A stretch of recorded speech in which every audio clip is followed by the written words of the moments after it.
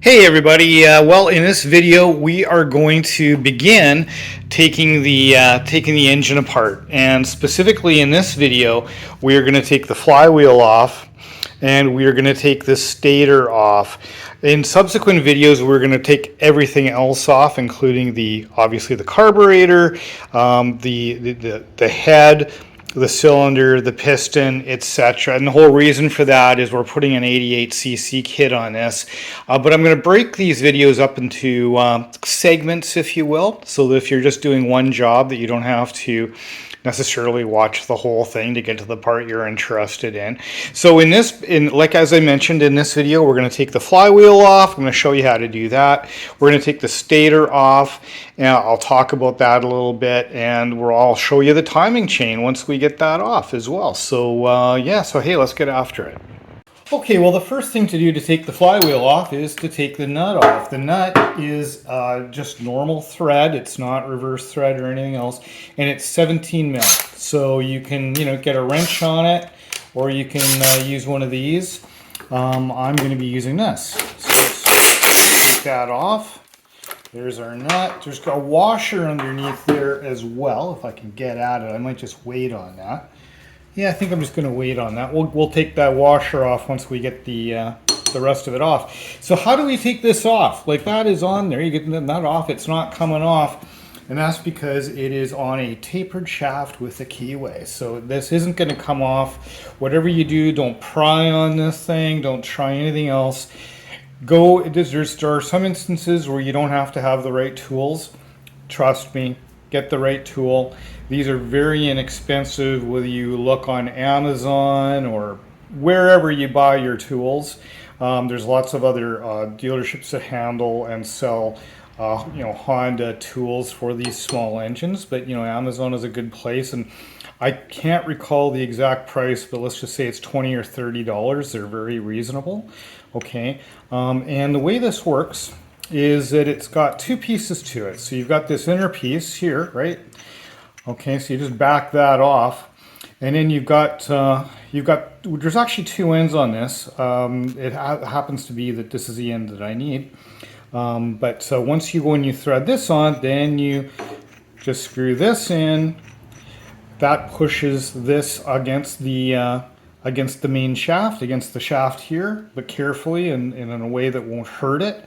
Okay, and pops this right off. So that's how this little tool works, and it's just works so easy you wouldn't believe it. Okay, so this does have, this part of the tool has reverse thread, this part of the tool has normal thread. So we need to turn this counterclockwise to get it onto here. So let's just do that, get it started. Okay. Okay, and just finger tight is good enough, as long as you get a lot of thread in there. You don't have to put a wrench on this, I'm saying finger tight and I'm putting my whole hand on it. But yeah, get it tight with your hand. If you're only getting a couple of threads on there though, yeah, go to the toolbox and get a wrench. This one happens to be that the threads are very clean, so I don't have to worry about that. Then just start threading this in, okay?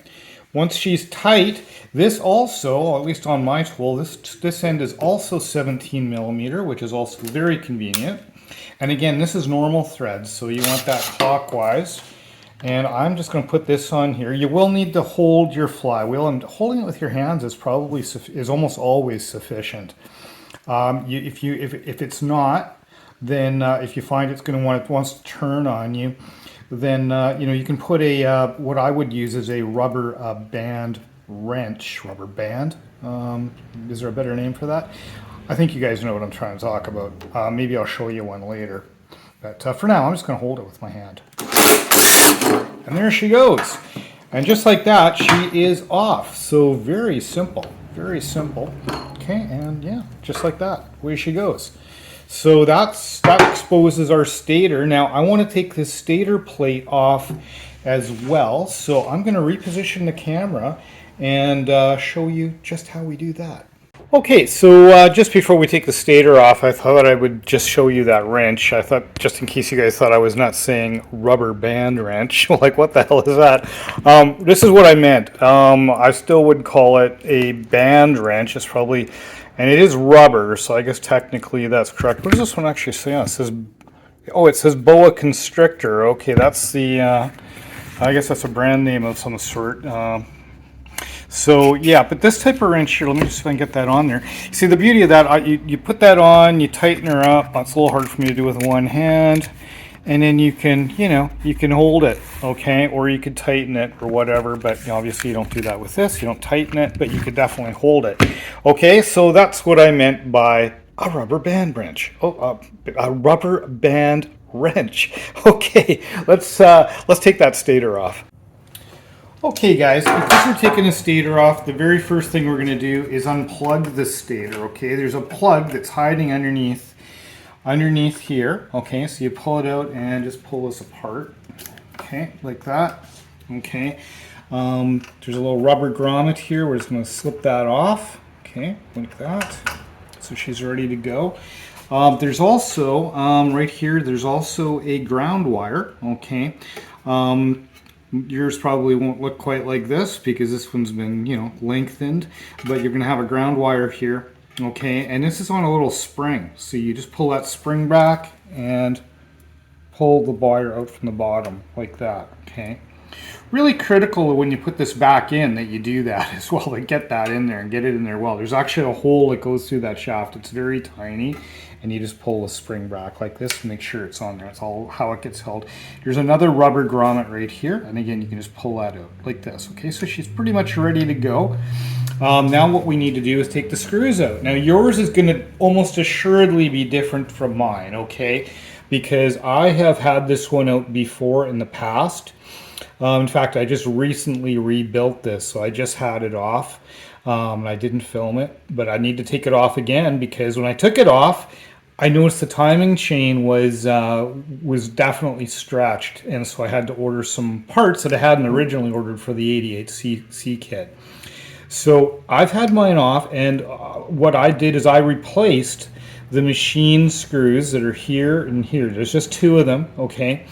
And they're originally, the same sort of style as this, which, to us in North America and Canada and US, we would say Phillips. Well, it actually is not a Phillips screw, okay? And this was not a Phillips screw, but it looked like this, except it was flat. It's not rounded, okay? And it's JIS, which stands for Japanese Industrial Standard. You will need a Japanese Industrial Standard screwdriver and most likely an impact to take that off, okay? So I would highly recommend that if you don't already have one, that you get a impact driver and you get GIS bits for it, okay? And what do I mean by an impact driver? I mean this, okay? There is an impact driver. And the way it works is you just put it onto the machine screw and give this end a whack with the hammer. You've got to make sure you're on, you're loosening, not tightening, needless to say. And that will reliably take those JISs off. Again, if you're, in addition to that, when you're just taking regular stuff off, get yourself a JIS screwdriver, okay, for taking these off. And if you really got to work on them, if they're not coming, then you use this, okay? But on the stator plate, they're particularly hard to get off. And what I would highly recommend is to do what I did and find yourself some replacement ones that are no longer JIS, especially if they're mangled in any which way. Replace them with something else, and my recommendation is to get, what I would call Allen key heads or hex key heads, okay? And that's what I'm taking these off with. So let's just do that now. That was a lot of explanation on how to remove GIS screws, but you need the right tools to do the right job. And otherwise you're just going to be, you don't want to spend, you want to spend your day working and getting stuff done, not drilling out, spending your whole day drilling out the screws, right? That's what happens. Don't ask me how I know, because I've been there so many times, you wouldn't believe it. So, yeah. Okay, great. And you don't have to replace those machine screws. I just am, because the ones I had were totally mangled, okay? And I don't want to fight with the the old JIS ones in this particular location, because drilling here is, yeah, it's one of the, it's not a fun thing to have to do here. Okay, so we've got those two out. Now once we've done that, this will just come out. That's all there is to take those two out. We've already loosened off our wires. That's all we need to do.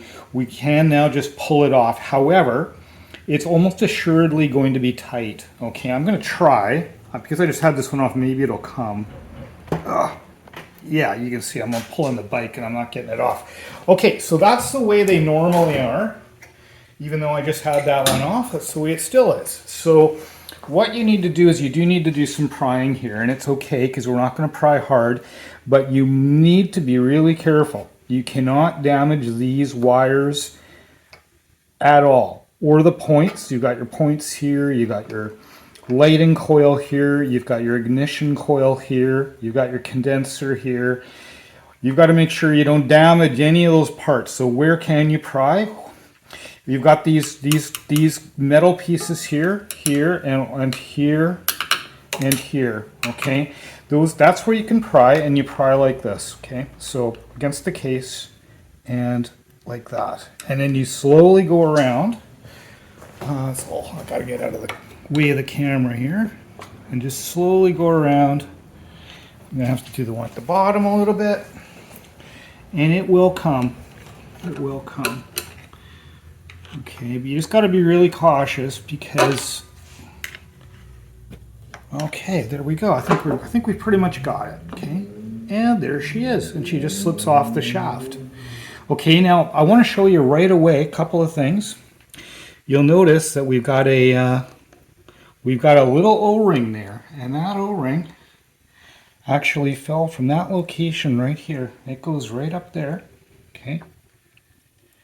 And you'll notice the other one stayed in place for us. So when you take this apart, you need to, either remove these or put them back in their home, okay? So you don't lose them. The other thing to note is that there is also a large O-ring here, okay? One of the things that's a really good idea when you take the stator off is to replace the seal, okay? You've got a seal here. And obviously you've got the O-ring and you've got those two little O-rings there. So it's really a good idea when you're taking this off, if the bike has not been gone through recently, to order the parts to do that at the exact same time that you're taking the stator off, okay? Alrighty, so 2 seconds. I'm just gonna put this on the bench. Want to get that out of harm's way right away because it's delicate. Okay, so now we've got our timing chain here, and we can see this. I'm just going to kind of zoom you in so you can see that a little bit better. Let me just see if I can zoom you in a bit here. Yeah, I want you to see this really well. Okay. So why did I think this timing chain needed replacing? Okay, we have an adjuster here. Okay, that's our adjuster. Okay, and that adjustment is way down here. You do it for when the bike, without taking all this off, you can adjust this adjuster to take slack out of the timing chain. But notice where the adjuster is. Well, I think I'm going to have to move you ever so slightly. I'm going to point right here. See that adjuster is all the way to the top? And you'll notice that it is actually hitting this. What it does when this adjuster is working is it moves this arm, okay? This arm actually then goes and adjusts this wheel here. But you'll notice it's right up against the case here. It's right up against it, okay? And then even with it being fully adjusted as far as it'll go, oh, hang on, let me see if I can get you back in here. You'll notice even with that, look at the plate we've got there. Oh yeah, I mean, look at this, right? So that is no good. What's happened? And you say to yourself, what's happened? Well, that chain has stretched. So when you buy the kit, you're able to replace, all of these parts as well as the chain. And we're going to do that as part of the removal of the head and replacement with the 88cc kit. So you know what? That's going to be the end of this video. If you're interested in more information, or if you're interested in the rest of this job, just click on, click on the link. If you don't see it right away, Click on my name, go to the channel, right? Click on go to the channel and you'll see a playlist for all of the Honda videos that I've got, and I've got lots of them. So yeah, anyways guys, that's it for this one. If you haven't already, please subscribe and please leave a comment. Let me know if this was helpful or not helpful, or if I should have done something different or better. I appreciate all the feedback and all the comments. So that's it for this one, guys. Keep the rubber side down and have a great day. Bye for now.